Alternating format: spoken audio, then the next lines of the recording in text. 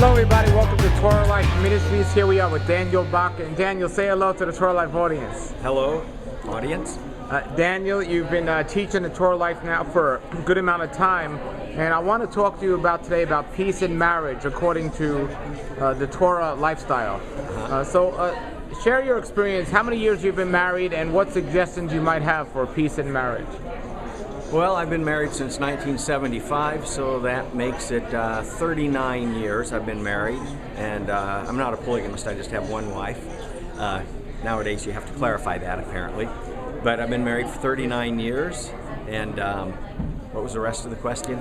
Well, give us some tips for, 39 years is something unique in today's world. Yeah. But, at peace with your wife is another thing that's unique. So give us some tips and examples how people can live in peace with their spouse. You kiss and make up. You have differences. You're going to have differences, obviously, because everybody's different. Everybody has different desires, different opinions, and some things you learn to give in to the other side if it's not a major, if it's not some dangerous decision. Then you learn to yield to your wife's wishes, or if you're a woman, you learn to yield to your husband's wishes. And I think the thing that is the most important thing for anybody getting married is to remember that you're not just making a vow to your spouse, but you're making your vow to your Father in heaven, that your commitment is not just to your husband or wife alone, but your commitment is actually to your Creator. So it's not just two people, it's two people being united by the Almighty. And so if you don't have that, then it's very easy to justify splitting up. But if you realize your commitment's not just to your wife or to your husband, your commitment is also to God, then that helps hold it together. What about more complicated issues, like if one person's into Torah but the other one isn't? How do they find peace in a relationship? You probably should ask somebody who's in that situation, I suppose. But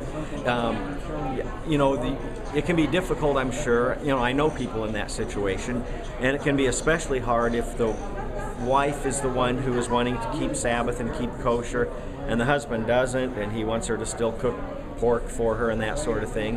It can be very difficult for the wife, and I'm sure it's difficult if it's the husband who wants to be too. But there's a fine line between, there are times when you have to obey God rather than men.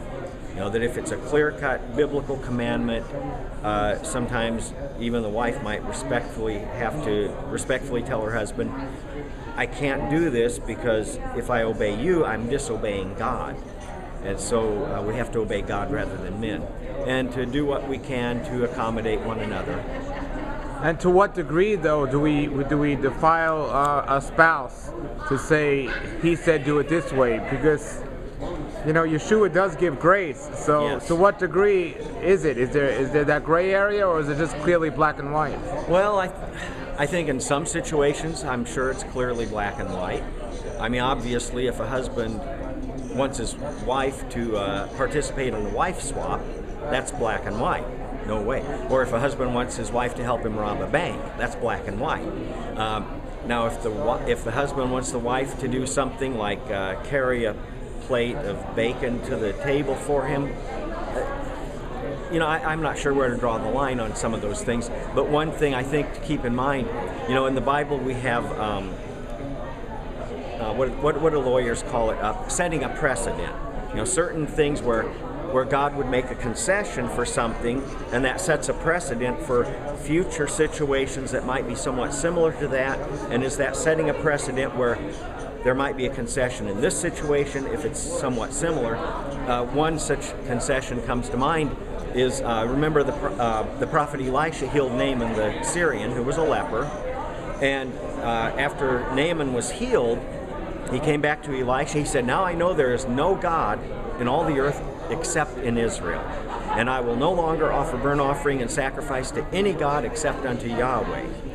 So here this Syrian forsook his pagan gods. He said, I will only offer to Yahweh. And he even took 2 mules' burdens of earth back to Syria to build an altar to sacrifice to Yahweh, the God of Israel.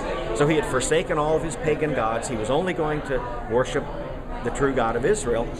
But then he told the prophet Elisha, he said, "May the Lord pardon thy servant in this thing." He said, "My master, the king of Syria, he goes into the house of his god Rimmon, and I have to escort him in." I don't know if the king was weak and feeble or whatever, but part of Naaman's job as the captain of the king's host was he had to escort the king into this pagan temple, and then when the pagan king would bow down to his pagan idol, Naaman would have to let him lean upon him, which of course would necessitate Naaman also bowing down so the king could do that.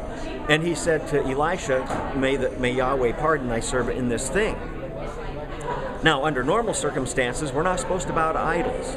I mean, the Bible is full of warnings, don't bow down to idols. And yet Elisha's response to Naaman was, "Go in peace." Which to me sounds like go in peace. It sounds to me like God was, through the prophet, was making a concession in that particular situation for him to have a concession for that. But under normal circumstances, you don't bow down to an idol, even if they're going to throw you in a burning fiery furnace like Nebuchadnezzar. So, I think that there are certain situations where God will make a concession for certain situations. And just don't use that as an excuse. Don't look for legal loopholes simply because you don't want to obey. Sure. I don't know if that's that's a great example. Now, what's your website so people could find more about you and your ministry? Yes, gatesofeden.org. And I have a bi-monthly magazine I put out with articles, Bible teachings, Reverend Twist Truth cartoons, and I'll be coming out with a Reverend Twist Truth comic book hopefully in a few months here. And so gatesofeden.org. Wonderful. Thank you for being on the show today. Okay, Paul. Come out of the world, oh my people, seek the truth, avoid the evil, learn Yahweh's ways, Torah Life Ministries, come out of the world.